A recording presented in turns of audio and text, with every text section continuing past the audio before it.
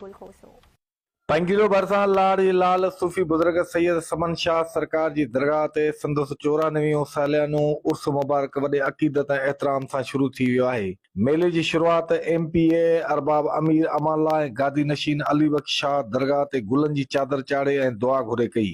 औक़ाफ़ जो सहूलियतूं हिते मौजूदु बि आहिनि। असांजो मिनिस्टर साहिबु तमामु सुठो माण्हू आहे ऐं उन फ़ोन कॉल असांखे रिस्पॉन्स ॾींदो आहे ऐं उहे शिकायतूं दूर बि थींदियूं, पर माण्हुनि जी अगरि डिमांड हूंदी त उन ते बि असां CM साहिब खे उर्स जे मौक़े ते औक़ाफ़ खाते पारां दरगाह शरीफ़ खे रंग बिरंगी बतियुनि ऐं कहकाइनि सां सींगारे निहायत ख़ूबसूरत बणायो वियो आहे। दरगाह जे अंगण ऐं आस पास जे इलाइक़नि खे बि ज़ाइरीन जी सहूलियत लाइ साफ़ सुथरो करे सींगारियो वियो आहे, जिते मुल्क जी कुंड कुर्छ मां आयल मुरीदनि ऐं अक़ीदतमंदनि नज़राने तौरु कुकड़ ऐं ॿियो नज़रानो पेश करे रहिया आहिनि। जबरदस्त आहे, भलो आहे, असांखे भलो थो लॻे। नई चक्कर आया आहियूं हिते, समन सरकार जा मुरीद आहियूं, कुकड़ खणी हर साल ईंदा आहियूं, हिन साल बि आया आहियूं। हर साल जीअं हिन साल बि सिक्योरिटी इंतज़ामनि में गिफ़लत वाज़े तौर नज़र अची रही आहे। SSP बदीन तरफ़ां काफ़ी सिक्योरिटी एहलकार मुक़रर न करण सबबि जेब कतरनि खे आज़ादी सां कार्रवाई करण जो मौक़ो मिली वियो आहे ऐं केतिरनि ई पांधीड़नि जा खीसा ख़ाली थी विया आहिनि।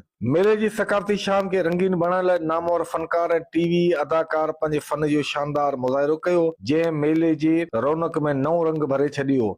साल थी विया आहिनि, 13 साल त समन सरकार जे मेले ते शो लॻनि था, हुन में असीं अचूं था। सभई सिंध जा उहे अदाकार जेके बुनियादी तौर ते कंहिं न कंहिं चैनल सां वाबस्ता रहिया आहिनि, सभई चैनल असांजा पंहिंजा आहिनि ऐं उन जे करे पब्लिक में अचे थी, माहौल बि घुरे थो।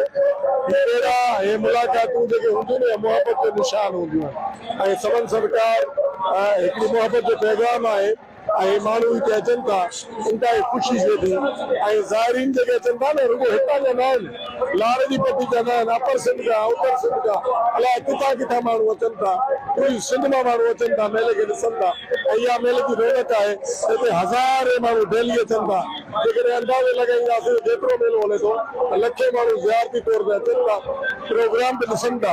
इहा हिननि जी मुहबतनि जी सिक आहे।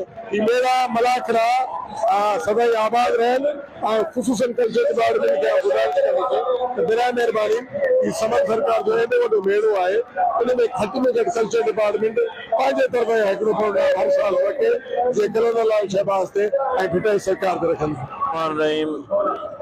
असां हिन वक़्तु साईं समन सरकार जे मेले ते आहियूं ऐं ही पहिरियों मेलो न आहे असांजो। मुंहिंजे ज़िंदगीअ में तक़रीबन 7 8 मेलो आहे जेको असां कयूं पिया ऐं असां जॾहिं बि मेले में आया आहियूं त ही मेलो सिंध जे वॾनि मेलनि में शुमार थो थिए ऐं उहे वॾा मेला जीअं लाल शहबाज़ कलंदर जो मेलो आहे, भिटाई जो मेलो आहे, अहिड़ा खोड़ ॿिया बि मेला आहिनि, पर वॾा मेला ही समन सरकार जो मेलो बि उन्हनि वॾनि मेलनि में शामिल थो थिए माशाल्लाह। ऐं असां जॾहिं बि हिते आया आहियूं असांखे एतिरी मोहबत मिली आहे जो असांखे माना फील न थींदो आहे इहो त असां कंहिं ॿिए पाड़े में हूं या ॿिए शहर में हूं या ॿिए इलाइक़े में हूं, ईअं लॻंदो आहे असां पंहिंजनि में हूं। ऐं समन सरकार जे मेले ते सॼी सिंध कठे थिए थी। बाक़ी ॻाल्हि इहा आहे त हिन मेले ते माण्हुनि जी मोहबत जो अंदाज़ पंहिंजो आहे, छोजो सॼी सिंध में घुमूं था पिया, पर लाड़ पट जे माण्हुनि जा जेके मोहबत जा अंदाज़ आहिनि उहे निराला आहिनि। शो लाइन में मौत या खूह, सर्किस, जादू जा ॾेख, डाजिंग शो, रेल गाॾी, ॿेड़ियूं ऐं वॾा झूला शौक़ीननि जी तवजह जो मर्कज़ बणियल आहिनि। मेले में सिंधी सकाफ़त खे उजागर कंदड़ स्टॉलनि, मिठाइनि, रवायती खाधनि जी दुकाननि सां गॾु किशमिश ऐं रांदीगरनि जा स्टॉल बि शानदार नमूने सां सिंगारिया विया आहिनि, जेके मेले जी रंगीनी में इज़ाफ़ो करे रहिया आहिनि। सिंध जी सकाफ़त रांदि मल बि मेले जो नुमाया हिसो आहे, जिते सिंधी ऐं पंजाबी पहलवान पंहिंजी कुवत आज़माई कंदे ॾिसंदड़नि खे जोश ऐं जज़्बे सां महफ़ूज़ करे रहिया आहिनि। उन सां गॾु भलनि घोड़नि जी दौड़ बि मेले जी अहम हिस्सो बणिजी चुकी आहे, जिते मुख़्तलिफ़ नस्लनि जा भला घोड़ा पंहिंजी रफ़्तार ऐं हुस्न सां ॾिसंदड़नि जा दिलि मोहे रहिया आहिनि। समन सरकार जे मेले जूं तक़रीबूं 3 ॾींहं ताईं जारी रहंदियूं, जिन में मुख़्तलिफ़ मज़हबी, सकाफ़ती ऐं तफ़री प्रोग्राम शामिल आहिनि। मेले जी पुॼाणी ते दरगाह ऐं आस पास जो बाज़ारूं औरतुनि जी ख़रीदारी ऐं तफ़री जो मर्कज़ बणिजी वेंदियूं, जिते हू ज़ेवर, कपड़ा ऐं घर जी ज़रूरत जो सामान ख़रीद करे मेले जी रौनक मां लुत्फ़ अंदोज़ थींदियूं। कैमरामैन सां